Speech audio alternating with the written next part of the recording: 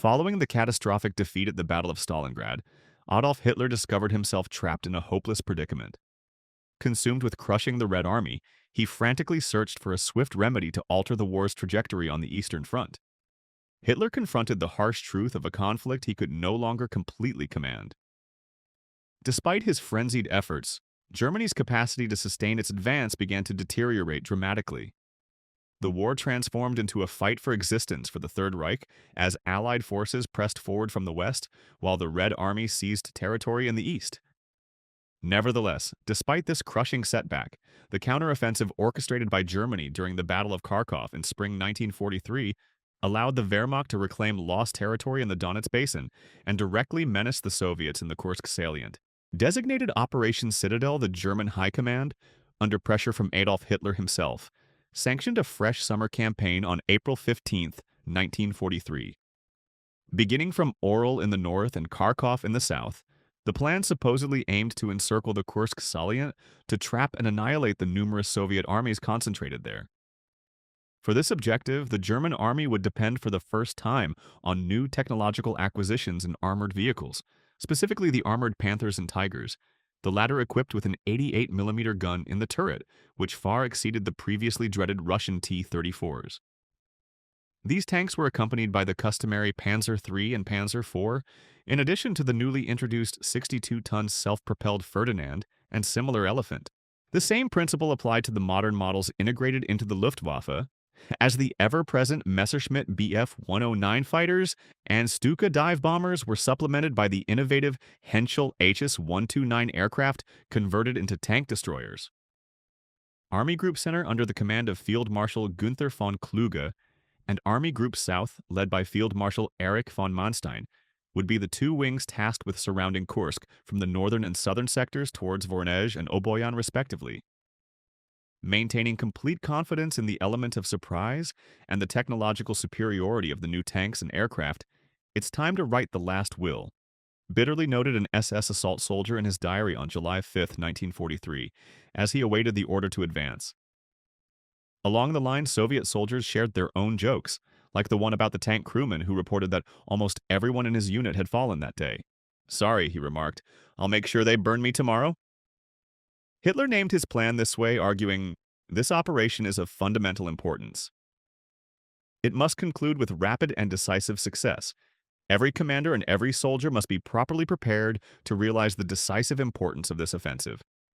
The victory at Kursk will be a beacon that will illuminate the world." The only thing left to decide was the timing of the start and the precise locations, which Soviet intelligence had been unable to determine. Adolf Hitler had repeatedly postponed the date at least 3 times.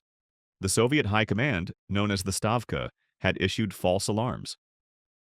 Then on the evening of July 4, 1943, the Germans sent their men the unmistakable signal, a special ration of brandy.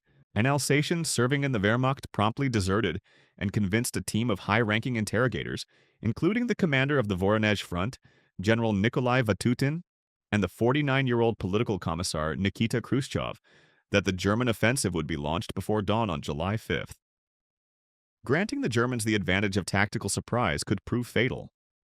Khrushchev quickly informed Moscow.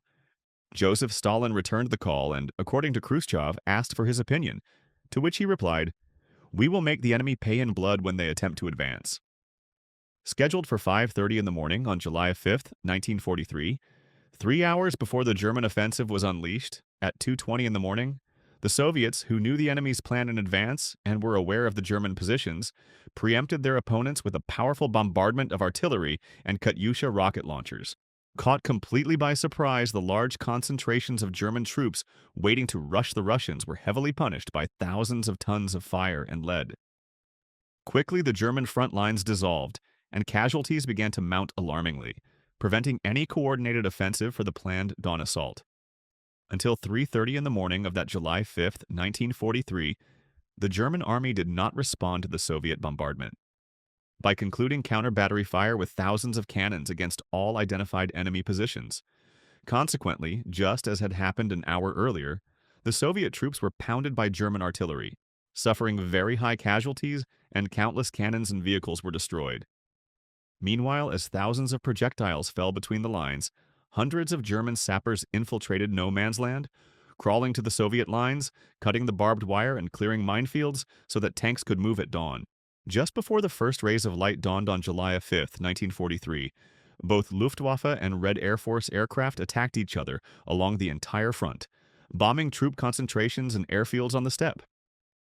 German fighters Messerschmitt, Bf-109, and Focke-Wulf Fw-190 strafed dozens of Soviet aircraft on the ground. Officially at 4 in the morning on July 5, 1943, the major ground offensive against Kursk began, where the German Ninth Army under General Walter Model launched an attack against the Soviet army positioned between Bryansk and Central Front. With German infantry protected by new Panthers and self-propelled Ferdinand, the initial assault was a disaster as well-protected Soviet troops in trenches destroyed numerous German tanks with explosive traps and dynamite charges, while machine gunners and mortars decimated the infantry. Only the deployment of powerful Tiger tanks from the 20th Panzer Division tipped the scales in favor of the Germans, as the 15th Rifle Division was driven out of the Oka Valley with significant losses, allowing the Wehrmacht to occupy Oka itself, seize the city of Bobruk, and destroy all anti-tank guns and T-34 tanks in the area. Simultaneously, the 48th Panzer Corps initiated Operation Citadel by charging against the steppe front at Cherkasko. This assault initially ended in failure as the 200 German tanks were immobilized by a minefield swept by enemy artillery. However, the situation turned in favor of the Germans when the Soviets made the mistake of leaving their positions and were slaughtered by the new Panther tanks. Once the Russians were decimated, reinforcements from the 48th Panzer Corps and Panzer Grenadier Division Grossdeutschland allowed the advance to continue, overwhelming the Soviet lines with significant casualties for the Red Army and capturing the city of Cherkasko.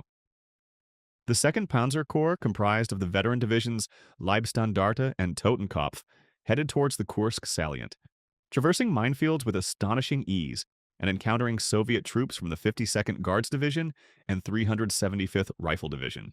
The Tiger tanks, accompanied by lighter armored vehicles and Hanomag half-tracks escorting infantry and grenadiers, surpassed enemy defenses, broke through anti-tank barriers, destroyed Russian guns guarding the area, and dissolved the sector of the front, facilitating penetration inland. Less successful was the offensive led by Group Kempf, the 3rd Panzer Corps, and Corps Raus, as the Germans, after advancing 5 kilometers, were halted by the frantic resistance of Soviet artillery and became immobilized, unable to advance or retreat in the Belgorod Hills. Even the counter-battery fire from the self-propelled Ferdinands proved ineffective in reversing the situation, so the infantry had to continue alone with a bayonet charge that ended in bloody hand-to-hand combat between the Soviets and Germans, fought with pistols, knives, shovels, and even punches and kicks, with no clear winner. As evening fell on July 5, 1943, the Battle of Kursk improved significantly for the German troops when they occupied the important enclave of Alexandrovka. Almost simultaneously, just before nightfall, the 3rd Panzer Division operating in the Cherkasko area managed to flank the River Pena with the aerial intervention of Stuka dive bombers, annihilating the 71st Soviet Guards Division during the maneuver. This unexpected last-minute victory dealt a heavy blow to the Red Army, resulting in 8,300 casualties, with the first defensive belt of the Red Army occupied by the German Army. On the day following the commencement of the Battle of Kursk, on July 6th, the Soviet General Staff commanded the mobilization of all reserves due to the severity of the circumstances. That morning, they organized a counterattack utilizing T-34 tanks on Olkovatka, but the assault concluded in a complete fiasco as the tanks were effortlessly destroyed by the vastly superior Tigers of the 2nd Panzer Division. Moreover, once the enemy attack was repelled, over 1,000 German tanks launched an offensive, advancing in a wedge formation with the Tigers at the front, followed by Panzer III and Panzer IV tanks on the flanks, which overwhelmed all Soviet units in their path and captured the city of Soborovka. Again, on July 6, 1943, the 2nd SS Panzer Corps charged against a new sector of the Kursk salient, this time the Voronezh front, where the 6th Guards Army was stationed. As in other instances, the invincible Tigers and Panthers breached enemy lines, seized the village of Lucky, captured the Yakovlevo crossroads, destroyed an entire Soviet regiment, and split the 6th Guards Army in half, leaving it isolated. However, despite the incredible success of these veteran Waffen SS troops, The 2nd SS Panzer Corps had to halt its advance because the rest of the forces tasked with protecting their flanks, namely Group Kempf and the 3rd Panzer Corps, were unable to advance beyond the Belgorod Hills due to the tenacious resistance of the Red Army. On July 7, 1943, the Red Army unleashed a second offensive on the outskirts of Paniri, which also ended in disaster as 2 armored T-34 Corps were annihilated by German tanks with the Soviets repelled. German troops attacked the city of Paniri, defended by the 307th Rifle Division, gradually driving them out of the city after intense close combat in the suburbs. It only took one morning for the Germans to occupy Paniri except for its railway station, which continued to resist thanks to the arrival of countless trains loaded with soldiers, who miraculously managed to keep the installation in Soviet hands, despite the enemy's futile assaults, earning it the nickname Klein Stalingrad, or Little Stalingrad. Meanwhile, in the sector of the 2nd SS Panzer Corps, things were no better for the Red Army, as the 1st SS Panzer Division Leibstandarte destroyed 75 Soviet T-34 tanks, and Das Reich destroyed another 50 tanks of the same model after being expelled from North Luki. Very slowly but progressively, the German army advanced in the Kursk salient, as demonstrated by the Totenkopf Division on July 9th after occupying the village of Yakovlevo. Similarly, things improved on July 10th when Group Kempf, which had recently received reinforcements from the 4th Panzer Army, finally managed to break through the Belgorod Hills and attack toward Korocha, where they destroyed 2 entire Soviet divisions and captured the general along with his entire staff, dealing a heavy blow to the Red Army, especially after Voronezh Front Command counted only 100 tanks remaining of the 646 with which the campaign had begun. Interestingly, starting from July 11th, the Soviets had to resort to a tactic of burying 100 T-34 tanks underground, leaving only the turret exposed to act as mobile bunkers due to the enormous losses suffered in tanks. However, despite the effectiveness of this technique in pulverizing numerous German armored vehicles, the offensive launched that day by the 2nd SS Panzer Corps with the 3rd SS Panzer Division Totenkopf at their forefront, covered from the air by squadrons of Stuka dive bombers and Henschel H-129, disrupted the Soviet lines and destroyed countless Russian tanks. This allowed the Germans to advance 40 kilometers and capture the villages of Bazovia Potki, Bogoroditskoye, and Verkopenye, and to cross the river Psel by laying a 30-ton pontoon bridge, positioning themselves at the gates of Prokhorovka. In fact, in the sector of the 6th Panzer Division, under General Franz Beke, a detachment of German soldiers disguised as Russians, and aboard 2 captured T-34s, seized the only intact bridge over the River Donets at Rzhavets, briefly trapping the 69th Soviet Army. The village of Prokhorovka was a state farm called Oktyabrski, situated in the midst of the Ukrainian steppe, spanning a 15-kilometer front from the Sel River in the north to Belenikino Station in the south. Surprisingly, and perhaps by the whims of fate, both sides chose this area to carry out simultaneous offensives on July 12, 1943. Hauser was ready to execute his orders. For July 12th, his orders were direct. No more nonsense. This time the Panzer hammer would be applied. Clean and sharp blows, not splashing. However, this did not entail a massive frontal assault with 3 divisions at the same time plunging into the jaws of Russian cannons. Hauser envisioned a sequential operation to be carried out as follows. The 1st SS Panzer Division Leibstandarte at Oktyabrski Farm, the 2nd SS Panzer Division Das Reich at Tetereno, and the 3rd SS Panzer Division Totenkopf at Vasilevka. Meanwhile, the 5th Guards Tank Army under General Pavel Rotmistrov, consisting of 310 tanks and 472 aircraft, with the 18th Tank Corps at Andreevka and the 2nd Guards Tank Corps at Vinogradovka. Such a situation set the stage for the definitive event of Kursk, the tank battle at Prokhorovka. All the elements of myth were at hand. Prokhorovka offered a frontal and direct confrontation between the elite troops of the world's best armies on a 5-kilometer front, under conditions that left no room for sophisticated maneuvers or for air and artillery forces to play a significant role. The drama was heightened by a familiar image of both sides attacking simultaneously, a literal clash that suggested predators in heat. Prokhorovka provided an emotional turning point. After this, nothing would be the same.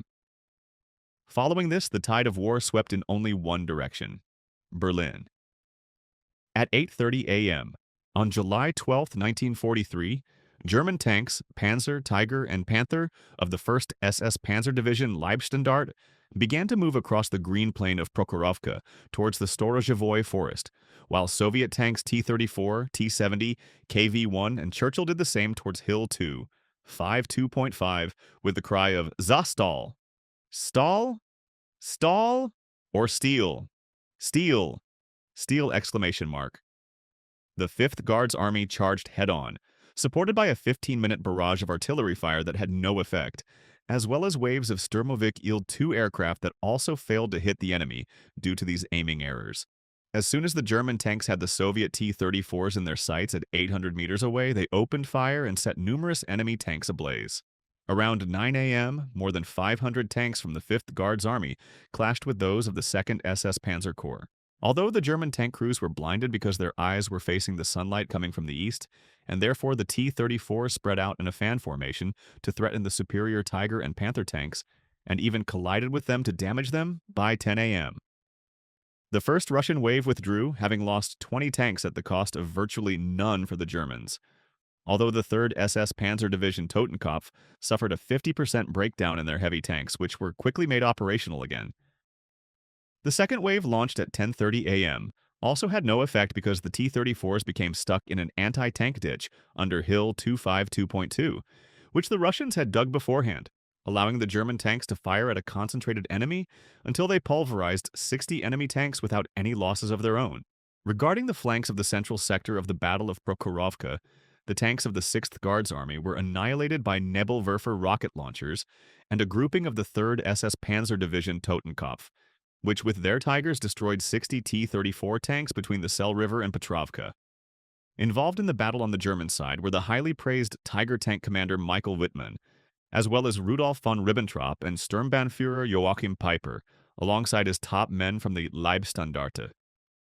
In the face of incredible energy and determination, Wolf made the bold decision to take command of a company that had been left without a leader after its commander was killed.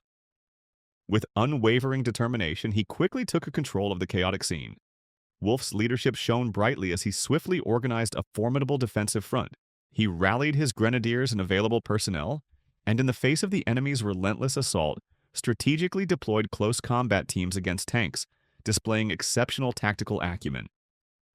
His quick thinking and determination were crucial in averting further chaos and instilling a sense of order among his beleaguered comrades. Furthermore, amidst the chaos of battle, Wolf managed to save his self-propelled combat vehicles from certain destruction as they burned and exploded. Wolf's force of personality transcended mere leadership. He became a force of nature that not only restored the fighting spirit of exhausted grenadiers, but also instilled them with a bitter and unyielding determination to prevail, the momentum that the relentless hostile attack could not overcome. Amidst the chaos of battle, Wolf personally faced a T-34 tank in hand-to-hand combat.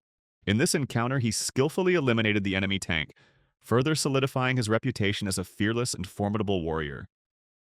But Wolf's valor didn't end there. The tank commander emerged from the flaming vehicle and confronted Wolf. Both engaged in a bitter man-to-man struggle amid the battle. However, he executed a daring feat by using his own dagger to kill the enemy general commanding. At the age of 22, Ribbentrop described in his memoirs, "It was a hell of fire and smoke, the destruction of the T-34 tanks with all their dead and wounded tank crews." Like pilots can recount heroic stories, Ribbentrop's could be titled 7 Panzers against 50 T-34s at Prokhorovka.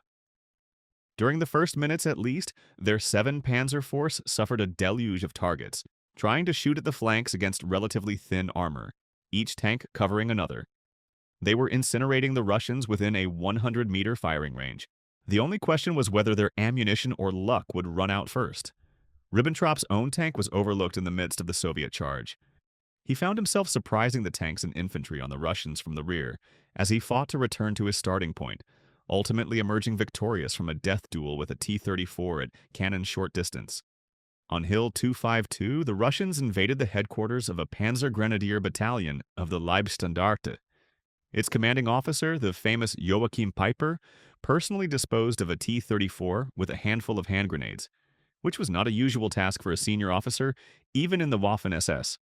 Ribbentrop's crew also bought time for the other two companies of the Leibstandarte Tank Battalion to deploy in support of their pressed infantry. Undoubtedly of greater significance, Ribbentrop's resistance allowed the Tiger Company of the division to take positions aiming down on Hill 252 and covering the Oktyabrski State Farm.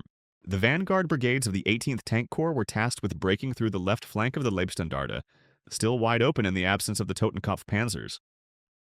Initially, 4 Tigers blocked their advance, one of them commanded by an SS hero even more iconic than Ribbentrop.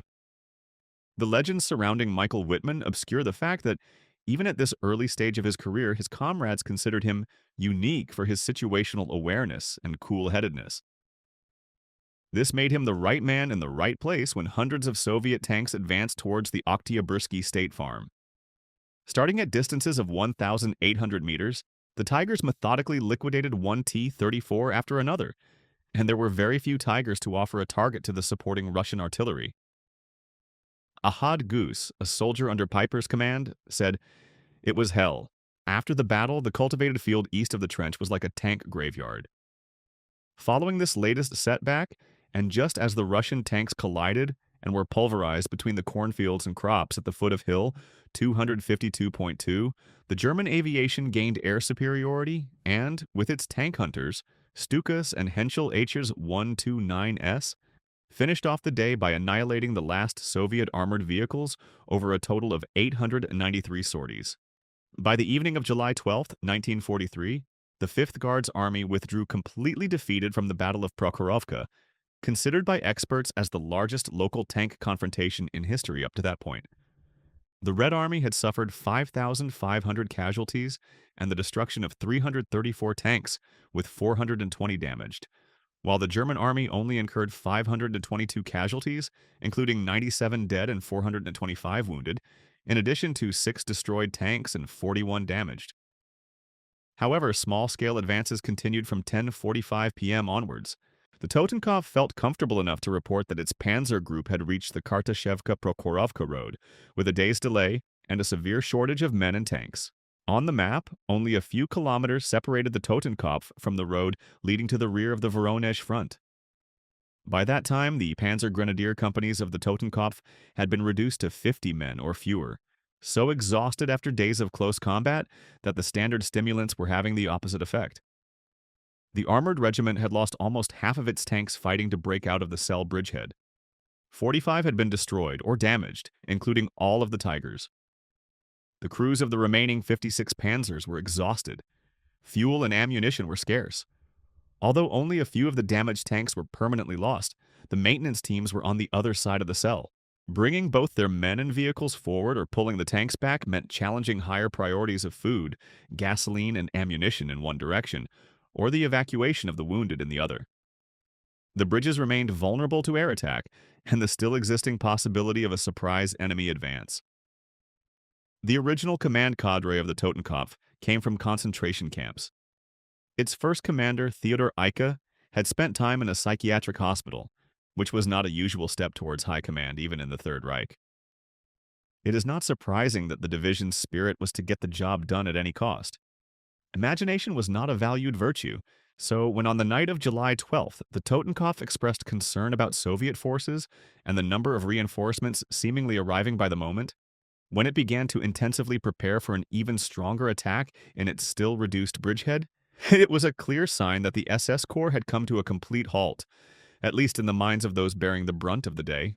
On the Soviet side, and reading decoded radio intercepts on the night of July 12th, Manstein thanked and praised the SS divisions for their outstanding success and exemplary conduct. Reports of the Soviet tank losses and first-hand accounts of what had happened to them further reinforced Manstein's belief that the odds were good and the Reds were bleeding out. The actual situation warranted a more subdued mood. Hoth was nervous. His 2 main corps had been heavily hit on the front by the Russian tanks, whose numbers far exceeded the original concern that had led Hoth to plan the SS turn towards Prokhorovka in the first place. Neither subsequent intelligence reports nor reconnaissance prepared the command of the 4th Panzer Army for corps and tank armies that seemed to materialize from the very forests and steppes. The personnel losses of the day were not paralyzing in themselves. The SS counted around 200 dead and missing, likely dead, but the number of wounded was much higher. Only the Leibstandarte reported 321 wounded, most in the tank and rifle companies. And to repeat the universal funeral song of Citadel, nothing could replace the veteran platoon and company commanders, tank commanders, and non-commissioned officers who increasingly sacrificed themselves, assuming suicidal risks to compensate for the reduction in skill, energy, and morale in the exhausted and manpower-starved units. Since the 5th of July, the SS tankers and panzer grenadiers, riflemen, and artillerymen had been pushed to the mental, emotional, and physical limit by the nature and intensity of the fighting. A good number of men, even among the ranks, were lightly wounded or concussed but preferred to stay with their units rather than an overworked medical evacuation system. The combination of humid heat and torrential rain also took its toll. Thirst to the point of dehydration was a special problem for the tankers. Food, if any, with something hot, even coffee, was a welcome anomaly. The universal constant, however, was the lack of sleep. Against all odds, on the morning of July 13, 1943, and despite the slow progress of the German army toward the Kursk salient, Adolf Hitler ordered the suspension of Operation Citadel. The reason for this surprising decree was the Allies' invasion of Sicily through Operation Husky, which forced the Third Reich to divert a large part of its resources to a much more strategic sector such as Italy, and its continued involvement in the conflict following the landing of US and British troops. These events led to the entire 2nd SS Panzer Corps, which had just thwarted a Soviet offensive in Prokhorovka by destroying 150 enemy tanks without any losses, being transferred from Kursk to the Italian peninsula, including elite divisions of the Waffen-SS, which prevented any offensive action and led to the cancellation of Operation Citadel on the Eastern Front. On the same day, July 13, 1943, when the German High Command canceled Operation Citadel, the Bryansk Front took advantage of the German weakness in the withdrawal to unleash a counteroffensive with tanks and infantry led by the 11th Guards Army. The wise intervention of the panzers led by General Werner Kempf quickly repelled the Red Army's attack and stabilized the lines. At the same time, on July 14th, the dismantling of the ground gained since July 5th began, while the 2nd Panzer Army covered the retreat. During this operation, the Germans repelled various counterattacks from both the Bryansk Front and the Voronezh Front on July 17th, at least until the counteroffensive launched by the 11th Soviet Army, which penetrated more than 70 kilometers inland, without capturing any German units because they were all evacuated, forcing all Axis divisions to retreat beyond the Dnieper River. In the early hours of July 23, 1943, the vanguards of the Red Army reached the starting lines of the German Operation Citadel initiated on July 5th. With this final episode, the Soviet Union and Germany concluded the Battle of Kursk,